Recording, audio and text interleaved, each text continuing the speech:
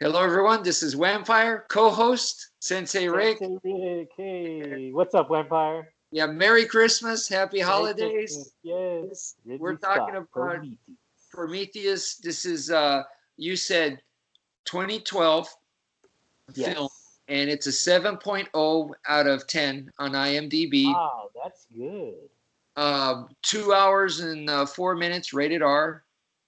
Okay, so this movie, I think when it first came out, um a lot of people like maybe I think didn't get it, like they didn't understand the movie, and I feel like I was one of those people. When I first saw it, I was like, I'm not sure if I got the whole picture. Did you feel that way? Oh yeah, dude. It was Yeah. like just like it left me with more questions than answers. You okay? Yeah. I could Yeah. not figure out the timeline, to save my life there. Like, how did this relate to Ripley? That's what all I wanted to know was Ripley, you know. Right, but because you say that, actually, now that we've watched it multiple times and we've watched Oh yeah. breakdowns and Yeah, we that did our was my original, yeah. 2012 me, Yeah, 2012 right, version. right. Yeah, So now yeah. that we're coming back to it, you were just telling me just now that you compared it to the original Alien, the one that started it all. Yeah, We're seeing a yeah, lot of similarities. So tell us yeah. a little bit about Oh that. yeah, for sure. Like I love the original Alien, like how everybody wakes up, like that's how we first kind of get to know the crew and Yeah, there's sort of that banter, the way they're talking. And that one scene where Yaphet Kotto's talking, he's like, "Hey, I want my bonus. Like we're not gonna do this extra. Last time we didn't get the bonus." And Sigourney Weaver's like, "You're gonna get paid what you deserve," and and right, things like that. So, well, in this one, I sort of caught it where the crew, the two pilots, the two co-pilots there, it's because it's the captain and then those two co-pilots. Right before the mission briefing, they're sort of talking to each other and they're sitting next to each other like, "Hey, I bet you 100 credits. It's a terraforming operation." The other guy's like, "You're on." And so I got that vibe that they were sort of making an homage, paying respect to the original film in the writing, because of course it's Ridley Scott that right. directs it, Absolutely, and same he's the direction. original director. Yeah, Yes, which is great. The yeah, more images, better. yeah, That's how I feel. And also, okay, now I'm gonna go off a little bit on a tangent here, but yeah. when I was watching the Joe Rogan Bob Lazar interview, Oh, dude, right, they yes, were mentioning that if with this alien stuff, alien technology, there's always a corporation behind that. They bring out this technology, and scientists like Bob Lazar come in and they study it. They try to break it down, reverse engineer it, and if they can't, they put it away and wait for society, technology to catch up. And then they'll take it out once in a blue moon. yeah, And because they need supporting technology to study the technology. right. So Yeah, who knows how yeah, long they've had it? They said art from an archaeological dig that they found this stuff, and so certain presidents may know about it, certain presidents may not, kind of thing. wow, So if that's the case, the Wayland Corp, this because you're yeah, talking corporation, right? yep, And talking about their pay, and they're just the regular guys being hired. yeah, yeah. Wayland Corp is like, because this mission, the Prometheus mission, regular people don't know about this, right? Yeah, no, it's totally like off the. This isn't on like the news, man. You're not gonna see like on CNN breaking news. No. Prometheus has just left the Van Allen belts. Yeah, no. Like it's not gonna happen. Like No. no. So what's going on is that it's these mega corporations have access to all this information. That Bob Lazar, I saw that Joe Rogan. I mean, that was totally legit. Like what he's talking about, and it Yeah. fits right in here with Wayland because we've got in this movie, I think it's set in the year 2091. Mm, So let's say that the events of Alien versus Predator took yeah. place in the year 2004 Okay. or 2014, even. Okay. Let's just say around there for the argument, Yeah. the discussion. So Yeah. that means that 80 years later, Yeah. about 70 something years later, 78 years later, so some give or take a few years, we've got the events of this. Yeah. So it could be that a mega corporation, $1 trillion, multi-trillion dollar corporation like Wayland Yeah. has the something in a giant freezer somewhere, a predator spear or a xenomorph head, Right. and they've got it frozen, and now it's 2091, and they want their answers. And these two doctors have just caught up. Society has just caught up. These two Yeah. doctors have now pieced together the puzzle, and Wayland is like, yeah, I know what's up because I know what star you want to take your little investigation to. So, and the doctors are like, how do you know that? Like, we keep our stuff on an AI server that's encrypted, and Wayland's like, come on, I'm Wayland. Like, how do you think I know what's up? Like, that's in the script, dude. That's in the Oh, okay. draft script. Wayland hacks their server, That's how and he he gets all their finds. info. He's a I billionaire, trillionaire. He hacks everybody. You know, Yeah. that's when he says it. He's like, I'm Wayland. That's how I know how.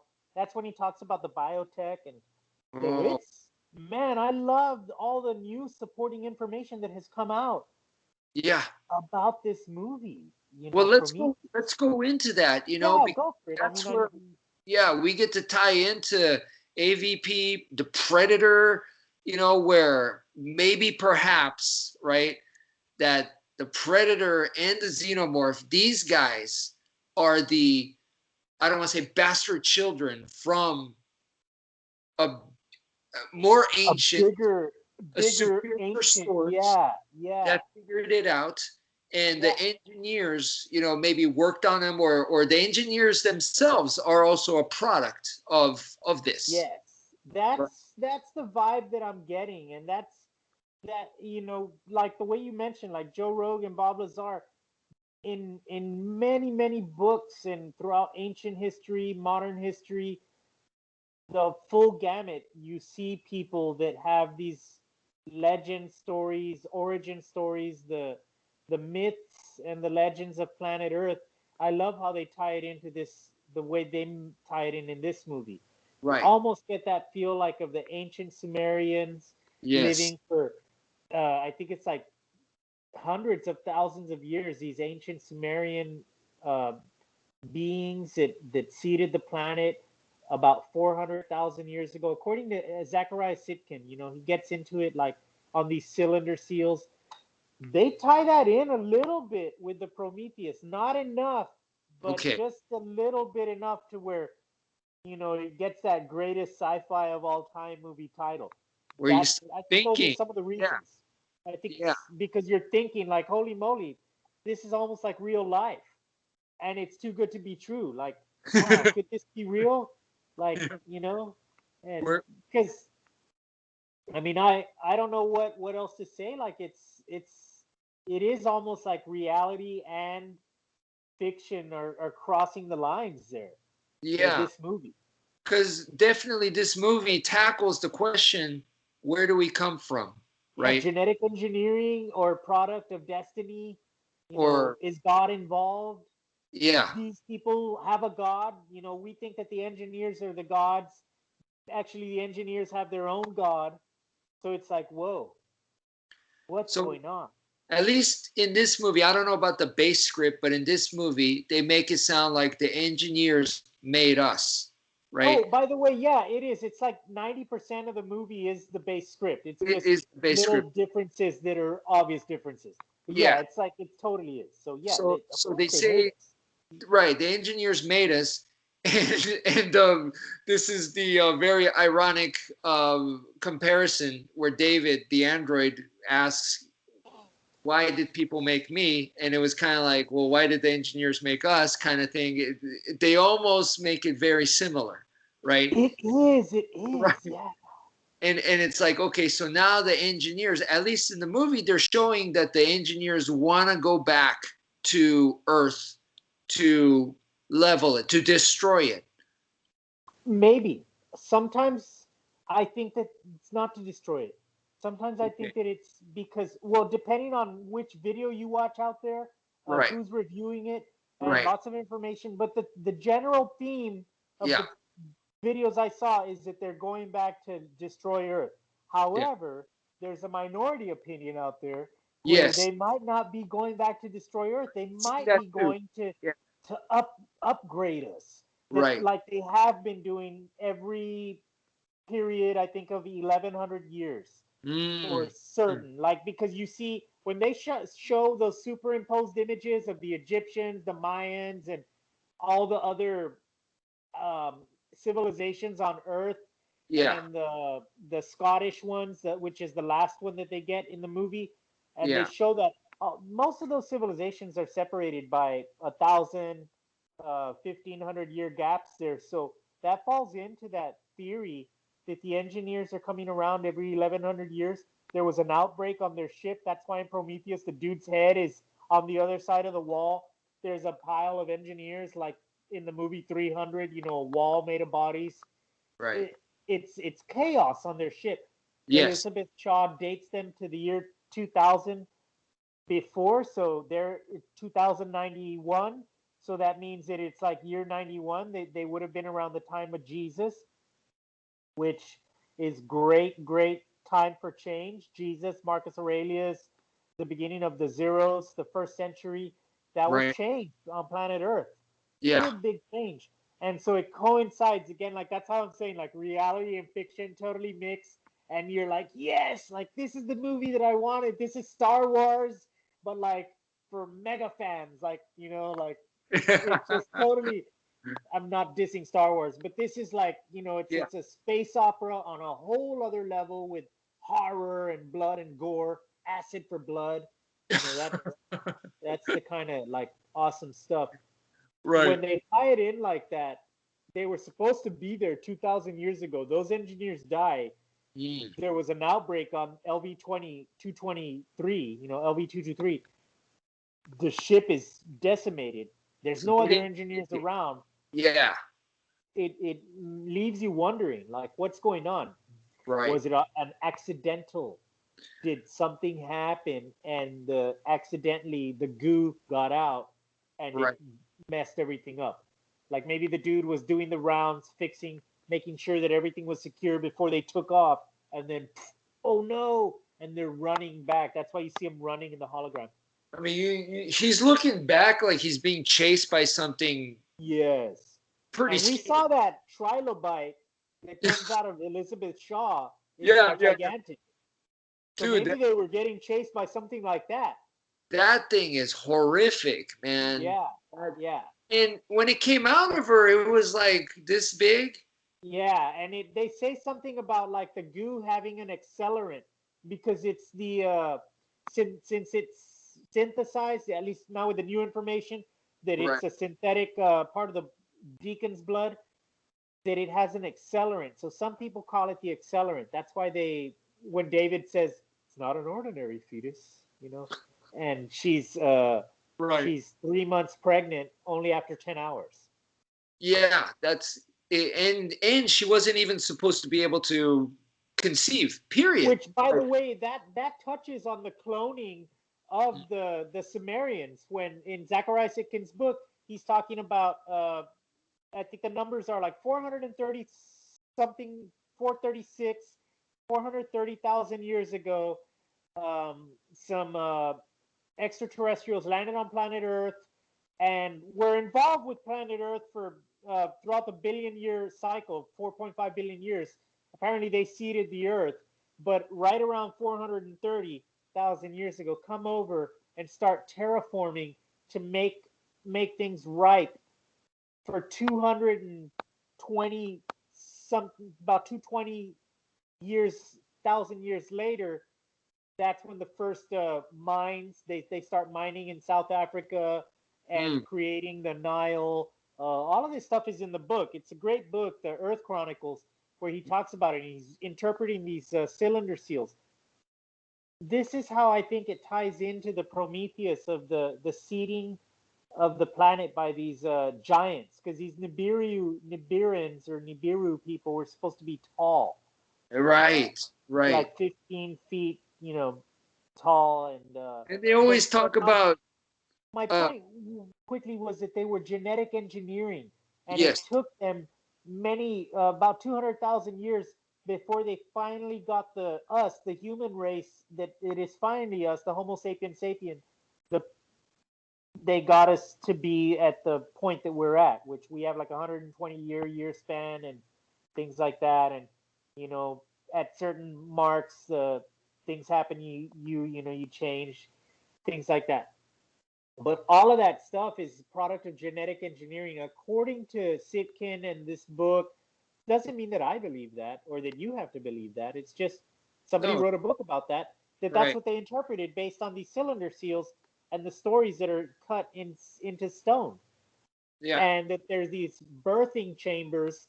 And this is why I like the Alien movie, because the birthing chambers look a lot like the hypersleep chambers, and allegedly they're in South Africa. It's a place called Adam's Calendar, the Mhm. oldest site in all of creation here on Earth. It's like over 200,000 years old, possibly within that range that I told you, within that 400 200,000 years ago, before the Common Era. And this is where you see sort of stone tablets arranged in a Yeah. way that it could have been birthing chambers where Enki and the other Sumerian scientists, which we called gods, were doing this stuff. So it's right up there with the engineers and the movie. Mhm. I Mhm. like it. So this is one of those tangents where I just went off, but Yeah. it is it's the real life, man. How the movie fits in, like it got me thinking about Enki and all that Sumerian stuff when I first watched it in 2012. I loved it. I loved it. And speaking of which, you always hear about like reptilian, Oh and yeah, that once again ties in with the predator, yeah, because yeah, what is he if not reptilian, right? yeah. And size wise, you talked about the Nibiru giants and Yes, whatnot. So the engineers, the xenomorph alien, and the predator, they're all would fit into that. Now, oh, totally. what they haven't really shown is the gray, right? The gray aliens. They Not they yet. haven't They they haven't haven't shown typed gray. it in. Yeah, so that'll be interesting to see if they'll ever make an Yeah, appearance. Yeah. I would like to see that. Although some, like in I don't know if does Bob Lazar mention that in the I don't recall if they mentioned that in He, the he Rogan interview. he said that the crafts that he worked on, the seats were for tiny, like almost childlike Yes. bodies. Now I have seen some documentaries that where people allege or suggest that the Greys are Right. androids themselves. Have you seen Right. anything like that? Yes, in fact they talked about it, and it was very interesting because I think Joe Rogan probably, along with most of the world, when you think of uh, a synthetic being, Yeah, we're sort of like a thinking, hybridized being, right? yeah, we're thinking android like Terminator, a robot. But Bob Lazar was like already super genius, so he was saying that, well, you could be synthetic but organic. Yes, Yeah, biomechanical right. So there you go, kind of thing. And it's like, by yeah, we design system bioengineer foods all all the the time. time. Yeah, So yeah, yeah, totally. I mean, There's a lot of stuff that goes on that's GMO or bioengineered. There's right. parts that if you're extremely wealthy, you can buy organs that are grown on the backs of little mice, ears, cartilage, certain Mhm. things, even Mhm. organs grown inside larger animals, Mhm. your own clones. There's so much stuff out there with science that the ordinary, you just ordinary folks aren't gonna know about, or that even ordinary folks that are rich aren't gonna know about. This is I'm talking about like sci-fi level stuff that Well, it's out there. Bob we Lazar was talking about that you stuff. gotta be Wayland, basically. Yes, Yes, yes, that's I what I would say you mean. Like gotta be Wayland to know. the whatever the dude that owns Amazon, like that kind of stuff. Like those people, that dude's whaling. So, And yeah. but that's where we're going at with these mega corporations. They they store things and it until the world catches up. So that's Yeah. what they did in Prometheus. Right, right. So that's kind of so very interesting stuff. We're at the 20-minute mark. Yeah, yeah, I'm for sure. pretty sure Sensei Rick, you're gonna probably do some more on your own, Oh right? man, this one like opened up a can of worms. So I think I'll probably do like 2 or 3, like where I could explore some of these. So come check out my channel, like Sensei Rick, like knife thrower. You know, I'm on there. Just type that in on YouTube, you'll find me. Awesome, awesome, awesome. And yeah, but so for now, I think this is a good place. This is all just opinion, so please don't think that we're saying this is fact. And no, Oh this yeah, no, this we're is all having based fun, right? on videos Yes, that I've watched on YouTube, like our video that we just did. And then I just got through like half of the script. So that's one of the videos that I want to talk about. I'm going to finish reading the script, and I want yes, to talk about the script called Alien Engineers, which is the movie Prometheus was supposed to be, which does talk a lot about that Sumerian connection, even though wow, they're not explicit. But they wow. mention the 100,000 year lifespan of the engineers, all that stuff. It's so fascinating to me. So, Great, great, great stuff. So, okay, well, that's it for now. And Sensei Rick, thank you so much for thanks a lot, Wmpyr. co-hosting. Thank you, everybody. Bye. Later on.